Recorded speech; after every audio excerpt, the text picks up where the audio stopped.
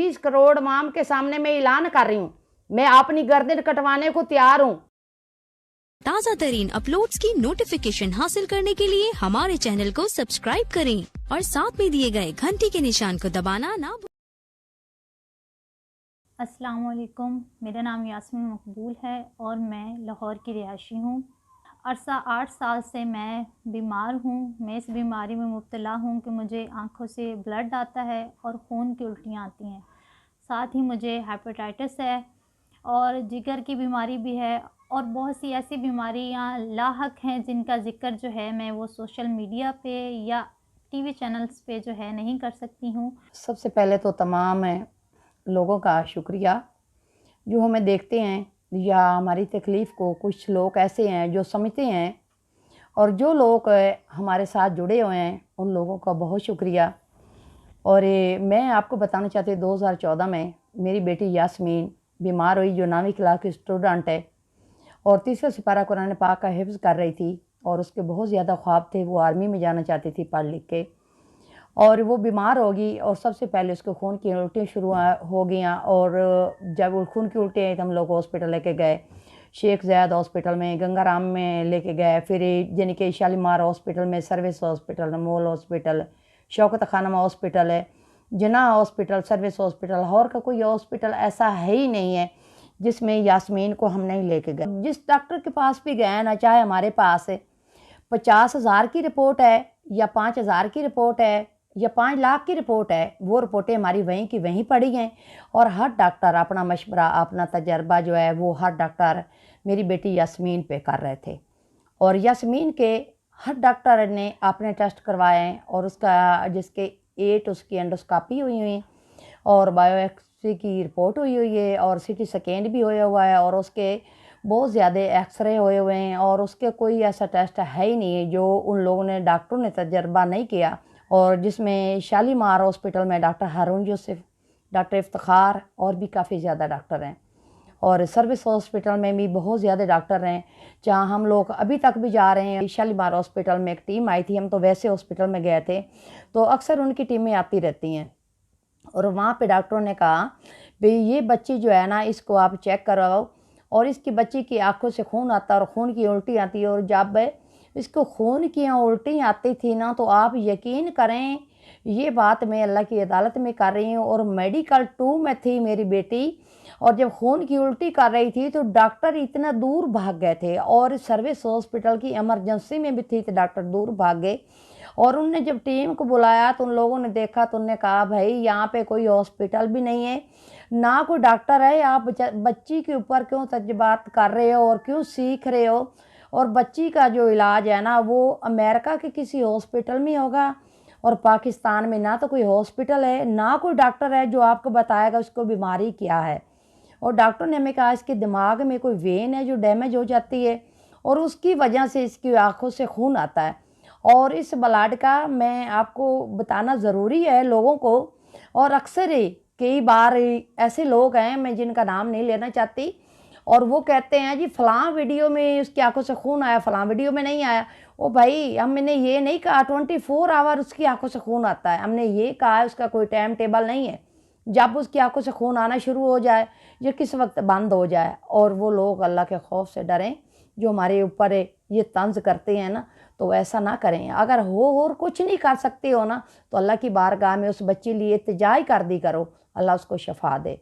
2016 2 जुलाई को हमारे घर जो है ना वो फैसल भट्टी आया। फैसल भट्टी कैसे आया मैं आपको बताती हूँ। मेरी बेटी की तबीयत ख़राब हो गई तो हम लोग सर्विस हॉस्पिटल चले गए। वहाँ बहुत ज़्यादा कैमरे वगैरह लगे हुए थे, हमें नहीं पता था किस वजह से लगे हुए, हम तो अपनी तकलीफ़ में थे। और कुछ मीडिया वाले हमारी वीडियो बनाने लग गए, तो मैंने उनको मना किया, भाई हम ना कभी मीडिया पे गए हैं, ना हमें वहाँ बोलने की ज़रूरत है, ना हम जाते हैं, तो आप बराए करम अपने कैमरे बंद कर दो। और उसी टाइम किसी ने वीडियो बना ली मेरी बेटी यास्मीन की, जो इकरार हसन तक पहुँची। और इकरार हसन जो है उसने फैसल भट्टी जो लाहौर में रहता है उसको बोला भी ये बच्ची जो है ना यास्मीन, ये लाहौर में रहती है, इसका पता करें, माह रमज़ान है तो कल इस बच्ची को हमारे शो में आप लेके आना, ये आपकी ज़िम्मेदारी है। वो फैसल भट्टी आया, हमारे मल्ले से दाएँ बाएँ पूछता, किसी ने बताया ये उनका फ़लाँ घर है। वो फैसल भट्टी हमारे घर आया तो हम तो उसको देख के खुद परेशान हो गए। जब वो हमारे घर आया तो उसने हमें पूछा भाई आप वो जो आप है प्रोग्राम देखते हो देखिए सेगमेंट, हमने कहा जी देखते हैं, उन्होंने कहा जी हम वहाँ आपको लेके जा रहे हैं। हमने कहा हमारे पास तो इतने पैसे नहीं, हम तो गरीब लोग हैं, हम नहीं जा सकते। उसने कहा जी सारा खर्चा जो है ना वो एयरवाई वाले करेंगे और आने जाने की टिकट आपकी करवाएंगे और जो खर्चा वहाँ पे होया वो भी हमारा होगा। तो आप ऐसे करें, आप अपना आईडी कार्ड नंबर दें। और हमने उसको आईडी कार्ड नंबर दिया, उन लोगों ने हमारी टिकटें करा दी, जिसमें यास्मीन का वालिद मकबूल अहमद और मैं शनाज अख्तर और मेरी बेटी यास्मीन और हमारे 3 बंदों की उन्होंने टिकटें कराई। और अगले दिन ने वो फैसल भट्टी और उसके साथ एयरवाया का एक और नुमाइंदा था, आसिफ था उसके नाम या ऐसा कुछ था, वो आए और हमें एयरपोर्ट लाहौर लेके चले गए। आसिफ कुरैशी आया था, तो एयरपोर्ट लाहौर लेके चले गए। वहाँ उनने हमें टिकटें दी और आने जाने की टिकटें जो है ना वो एयरवाई वालों ने दी, जो मेरे पास अभी तक मौजूद हैं। और हमने उधर जो होटल था रेजेंट प्लाजा था जिसमें हम लोग रहे हैं, तो 2 दिन हमें वहाँ का स्टे था। दूसरे दिन ने और 27 रमज़ान की हम वहाँ बैठे थे और जब ये हमारा इंटरव्यू हुआ और उसी वक्त हमारे बैठे बैठे 1 करोड़ 10 लाख रुपया जो है वो डोनेशन हुई। और एक बंदा ऑस्ट्रेलिया का है जिसने 23 लाख का ऐलान किया। वो बंदा अक्सर पहले भी और अभी भी वो बंदा लोगों को, जो कोई गरीब है उसको वो घर देता है। और ये मैं नहीं कह रही, तमाम देखने वालों जो है ना, जो हमें देख रहे हैं और सुन रहे हैं, अपने कानों से आप सुनते हैं ना, वो ऑस्ट्रेलिया का बंदा जो अपना नाम नहीं बताता और वो हर फैमिली को घर देता है। वो तो देता है लेकिन जो फैमिली आती है उन तक वो घर नहीं पहुंचता, कोई उन तक वो पैसा नहीं पहुंचता। और 1 करोड़ 10 लाख की करावसन को जो डोनेशन हुई थी, तो उसने हमें उसी दिन ने 9 बजे की हमारी वापसी की टिकटें होगी। और करावसन ये नहीं कहा था, मेरी बेटी बीमार थी, वहाँ खून की उल्टियाँ कर रही थी, आंखों से खून आ रहा था। और वो वीडियो अभी भी मौजूद है, आप लोग देख भी चुके हैं और बाद में भी आप देख सकते हैं। और उसी दिन हमारी टिकटें होगी वापसी की। तो इनने कहा जी कुछ दिन बाद हमारी टीम आएगी आपके पास, तो वो आपको पैसे दे के आएंगे जो आपके डोनेशन है। और घर पहुंचे तो मेरी बेटी शालीमार हॉस्पिटल में हमने एडमिट करवा दी। और मेरा इनकी टीम से, कामरान से, सईद वसीम से और मेरा इकरार हसन से जब रब्ता हुआ तो इनने कहा जी हमारे बंदे आएंगे आपको पैसे देंगे। मैंने कहा भैया आपके बंदे अपने आएँ तो अपनी निगरानी में मेरी बेटी यास्मीन का इलाज करवाओ जो शालीमार हॉस्पिटल में एडमिट है। तो इनके बकौल ये थे भी आप किसी से उधार लेके आप उसका इलाज करवाएं। भाई देखो ना, हमारी बेटी इतने अरसे की बीमार है, हमें कौन उधार देगा? हमारे पास तो जो कुछ था हमने लगा दिया। और अपने हमारे इतने इसरार करने पे इनकी टीम आई। कुछ दिनों बाद, महीना या 1.5 महीना या 2 महीने गालबन गुजर गए थे, तो जब कामरान और सईद वसीम जो है वो हमारे घर आया और इन लोगों ने हमें 12 लाख कैश दिया, जो मैं अक्सर वीडियो में बता चुकी हूँ। जो 20 से 22 वीडियो हमारी पहले बनी है उसमें वो चीज़ें सारी मैं बता चुकी हूँ। और इनने वो हमें कैश दिया, कैश दे के और कामरान जो है ना, इसने 52 लाख का चेक, 52 लाख का चेक मुझसे साइन करवाया। एक चेक इसने 12 लाख का साइन करवाया। जो इकरार हसन कुछ दिन पहले वो चेक जो है ना झूठे चेक है। एक बंदा पढ़ा लिखा नहीं है, देखो ना, एक उर्दू में अपने सिग्नेचर करता वो इंग्लिश में कैसे लिख सकता है? आप लोग मुझे वो खुद बताएं, जो लोग पढ़े लिखे हैं और समझदार हैं, अपने दिमाग से सोचें। उसने गलत चेक, 2 नंबर चेक बना के मेरे हस्बैंड के नाम पे और मेरे नाम पे वो सोशल मीडिया पे डाल दे। अगर उसने वो चेक दिए, उसने चेक दिए, हमें कैश नहीं दिया जो हमने कहीं छुपा दिया, ये रख दिया, ये किसी को दे दिया। उसने हमें वो चेक दिए। मैं अपनी बैंक में अपना आईडी कार्ड देती हूँ, अकाउंट नंबर देती हूँ। और जो भी बंदा है, चाहे वो FI वाले हैं, चाहे को पुलिस के बंदे हैं या कोई और इदारे वाले हैं, मैं अपना उन लोगों को आईडी कार्ड देती हूँ, अपने अकाउंट नंबर देती हूँ। और मेरे अकाउंट नंबर में वो आप पैसे अगर होए तो मैं 20 करोड़ माम के सामने मैं ऐलान कर रही हूँ, मैं अपनी गर्दन कटवाने को तैयार हूँ। अगर वो पैसे ना होए तो तमाम लोगों से मेरा ये सवाल है, इकरार हसन की जो सज़ा बनती है वो सरेआम उसको वो सज़ा मिलनी चाहिए।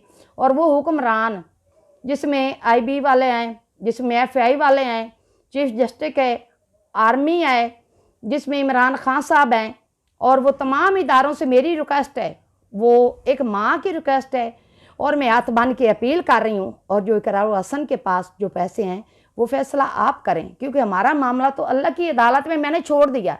मैं उस बंदे को कुछ नहीं कहती क्योंकि मेरा मामला अल्लाह की अदालत में है। और ये बीमारी बहुत ज़्यादा अजियत वाली है, बहुत ज़्यादा ही तकलीफ़ वाली है।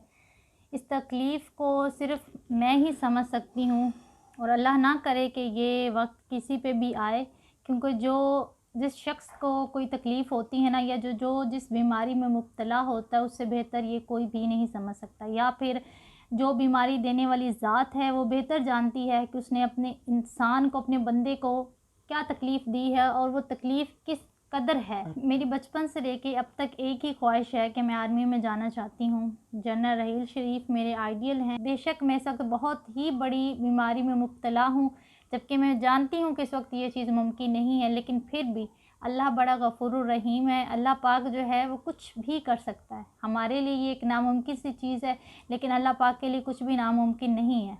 और अल्लाह की जो शान है वो तो है ही मौजज़े करना, लेकिन अल्लाह ने ऐसा नहीं है कि मेरी बीमारी का जो है, अल्लाह ने ऐसी कोई बीमारी रूह ज़मीन पे उतारी ही नहीं है जिसका इलाज ना हो। तो मेरी बीमारी का भी इलाज है, जो कि पाकिस्तान में नहीं है। कुछ हैं बीमारियां ऐसी मुझे जिनका इलाज पाकिस्तान में मुमकिन है, मौजूद है, और बाकी जिस वजह से मुझे ये आंखों से खून आता है या ब्लड वॉमिट होती है, जो सबसे बड़ी बीमारी है, उसका इलाज पाकिस्तान में नहीं है, उसका इलाज बाहर है। लेकिन हमारी इतनी हैसियत नहीं है। अगर डॉक्टर हमें 2014 में ही बता देते कि इसका इलाज यहाँ नहीं है, तो जितनी मेरे वालिदैन के पास जमा पूंजी थी, जो उन्होंने घर सेल किया या जो कुछ भी था, वो सब कुछ लगा के मेरा इलाज करवा सकते थे, तब मुमकिन था। लेकिन आज ये मुमकिन नहीं है। चाहे हम कुछ भी कर लें, आज मुमकिन नहीं है, लेकिन ये मुमकिन है तो आप लोगों के लिए मुमकिन है। आप कर सकते हैं। बेशक आपको अल्लाह पाक ने देने वाला बनाया है, तो अगर आप करना चाहते हैं तो प्लीज़ ज़रूर कीजिए, क्योंकि मैं इस बीमारी से निकलना चाहती हूँ और मैं ठीक होके पढ़ लिख के आर्मी में जाना चाहती हूँ। जो अभी काफ़ी लंबी बात मेरी वालदा ने की है इकरारुल हसन को लेके, तो मैं उसके लिए सिर्फ़ इतना ही कहना चाहूँगी कि मेरा मामला जो है वो अल्लाह की अदालत में है। मैंने दुनिया की जो सबसे बड़ी अदालत है ना, मैंने अब उसका दरवाज़ा खटखटाया है, और बेशक अल्लाह जो है अपने बंदे को कभी वापस नहीं मोड़ता, ठीक है। और मेरा फ़ैसला जो है, मेरा मामला मैंने अल्लाह के सुपुर्द कर दिया। और जब अल्लाह पाक फरमाता है ना कि मज़लूम की बद्दुआ से बचो, क्योंकि मज़लूम की जो आह है ना वो सीधी डायरेक्ट अर्श पर जाती है, और मज़लूम की आह के दरमियान में अल्लाह और मज़लूम के दरमियान कोई तीसरा शख्स हाइल नहीं हो सकता, ठीक है। और जब अल्लाह के सुपुर्द मामला कर दिया जाए ना, तो तब अल्लाह ही इन मामलात को देखता है। और वैसे भी अब जो कुछ भी इनके साथ हो रहा है इकरार के साथ, अल्लाह किसी दुश्मन के साथ भी ना करे।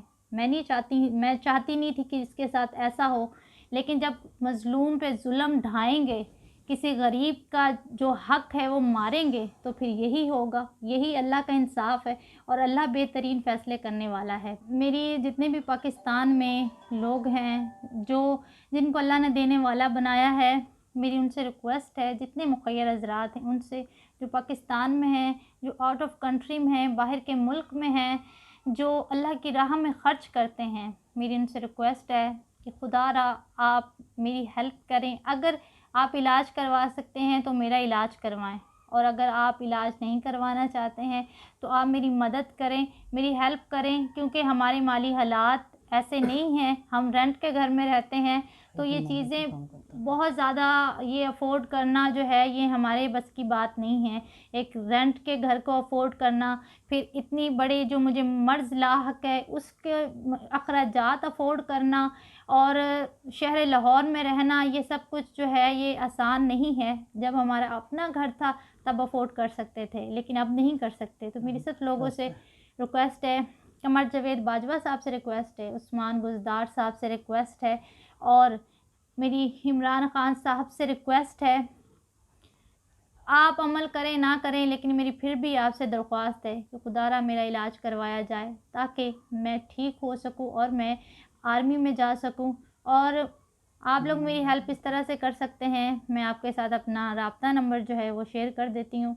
जो बैंक अकाउंट नंबर है वो स्क्रीन पे चला दिया जाएगा, आप वहाँ से नोट कर लीजिएगा अगर आप मेरी मदद करना चाहते हैं। अगर कोई करता है तो भी जज़ाकल्लाह खैर, और अगर कोई नहीं भी करता तब भी जज़ाकल्लाह खैर। राब्ता नंबर है 0307 405 88882। ये नंबर है मेरी वालदा के नाम पे है, शहनाज अख्तर नाम है इनका, और इस पे जैज़ कैश अकाउंट भी है। और अगर आप लोग मेरे बारे में कोई भी डिटेल जानना चाहते हैं, मेरा मुकम्मल एड्रेस, जो लोग मुझसे मिलकर मेरी मदद करना चाहते हैं, तसल्ली करना चाहते हैं, तो मोस्ट वेलकम, आप आ सकते हैं। क्योंकि मैं सच्ची हूँ और मेरा अल्लाह जानता है कि मैं वाकई ही सच्ची हूँ। किसको शौक़ है कि इस तरह से मीडिया की ज़ीनत बने और इस तरह से लोगों के सामने आके अपनी एक ऐसी बीमारी का ढिंढोरा पीटे जो है ही नहीं, और आप जानते हैं अगर वो नहीं है तो एक दिन सामने आके रहनी है। तो जब मैं आपको पूरे दावे से कह रही हूँ कि अगर कोई मेरी मदद करना चाहता है तो पहले रिपोर्ट्स करवा लें, ठीक है।